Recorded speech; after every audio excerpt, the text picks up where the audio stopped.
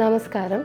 1978 Luis ബ്രൗണിൻ്റെ ജനനത്തോടെ ART എന്ന ചികിത്സാവിധിയുടെ തുടക്കക്കാരായ Patrick സ്ട്രിപ്റ്റോ, Robert Edwards, gene Purdy എന്നീ പ്രഗത്ഭരുടെ ഗവേഷണത്തിൻ്റെ ഫലമായി 13 ദശലക്ഷത്തോളം കുഞ്ഞുങ്ങളെ ലോകമെമ്പാടും ആരോഗ്യവാന്മാരായി നമുക്ക് കിട്ടി. ഇതിന് കാരണമായ ഈ ഒരു ട്രീറ്റ്മെൻറ്റ് സ്ത്രീക്കോ പുരുഷനോ രണ്ടു പേർക്കുമോ വളരെ സിവിയർ ആയിട്ടുള്ള ഫെർട്ടിലിറ്റി ഇഷ്യൂസ് ഉള്ളപ്പോൾ ഇവരെ ഏറ്റവും കൂടുതലായിട്ട് ഇവർക്ക് റിസൾട്ട് കിട്ടിയേക്കാവുന്ന ഒരു ട്രീറ്റ്മെൻറ്റാണ്. നമസ്കാരം.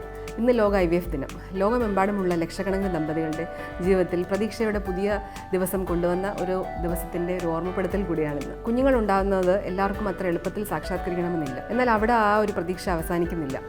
ഇതിൻ്റെ ഏറ്റവും ശാസ്ത്രീയമായിട്ടുള്ളൊരു ചികിത്സാ രീതിയാണ് IVF അഥവാ ഇൻ വിട്രോ ഫെർട്ടിലൈസേഷൻ. ഇത് വളരെ സുരക്ഷിതവും ശാസ്ത്രീയവുമായി പ്രൂവ് ചെയ്തിട്ടുള്ള ഒരു ചികിത്സാ രീതിയാണ്. 4 പതിറ്റാണ്ടിലേറെയായി ഈ ഒരു ചികിത്സാവിധി മുന്നോട്ട് പുരോഗമിച്ചിട്ടുള്ളപ്പോൾ സയൻസിൽ വന്നിട്ടുള്ള വ്യത്യാസങ്ങൾ, ചികിത്സാ വൈദഗ്ധ്യത്തിൽ വന്നിട്ടുള്ള പോസിറ്റീവായിട്ടുള്ള മാറ്റങ്ങൾ ഇനിയും അനേകം ദമ്പതിമാർക്ക് കുഞ്ഞുങ്ങളുണ്ടാകാൻ സഹായമാവട്ടെ.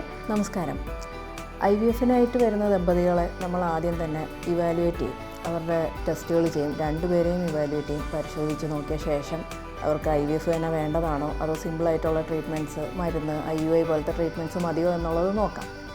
അതിൽ പറ്റാത്തവർക്കാണ് നമ്മൾ പിന്നീട് IVFലേക്ക് കടക്കുന്നത്.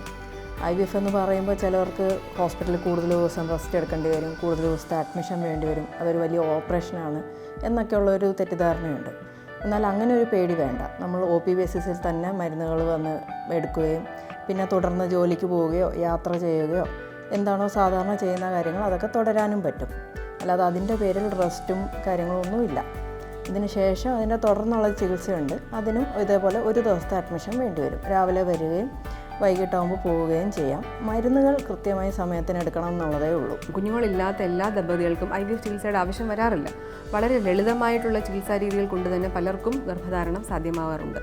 പക്ഷേ നമ്മൾ എപ്പോഴും ശ്രദ്ധിക്കേണ്ടത്, നിങ്ങൾക്ക് എന്തെങ്കിലും ഒരു പ്രശ്നമുണ്ടെങ്കിൽ വളരെ നേരത്തെ തന്നെ, ആശങ്കപ്പെടാതെ വളരെ നേരത്തെ തന്നെ നിങ്ങളൊരു ഫെർട്ടിലിറ്റി സ്പെഷ്യലിസ്റ്റിനെ കാണുന്നതായിരിക്കും ഏറ്റവും നല്ലത്. ഇതിനു വേണ്ടി പ്രവർത്തിക്കുന്ന, ഏറ്റവും നന്നായി സപ്പോർട്ട് ചെയ്യുന്ന എല്ലാ IVF ടീമിനും, അതുപോലെ ഇതിൻ്റെ ഏറ്റവും കാതലായി പ്രവർത്തിക്കുന്ന എല്ലാ എംബ്രിയോളജിസ്റ്റ് സുഹൃത്തുക്കൾക്കും ഏറെ ആശംസകൾ. നന്ദി.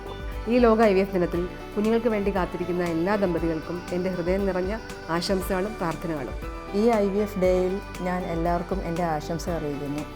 എല്ലാവർക്കും IVF ചെയ്യുന്നവർക്ക് സക്സസ് ആവാനുള്ള ഭാഗ്യമുണ്ടാകട്ടെ എന്ന് പ്രാർത്ഥിക്കുന്നു. നിങ്ങളുടെ ഈ ഒരു ജേണിയിൽ ഞങ്ങൾ നിങ്ങളോടൊപ്പമുണ്ട്. നന്ദി.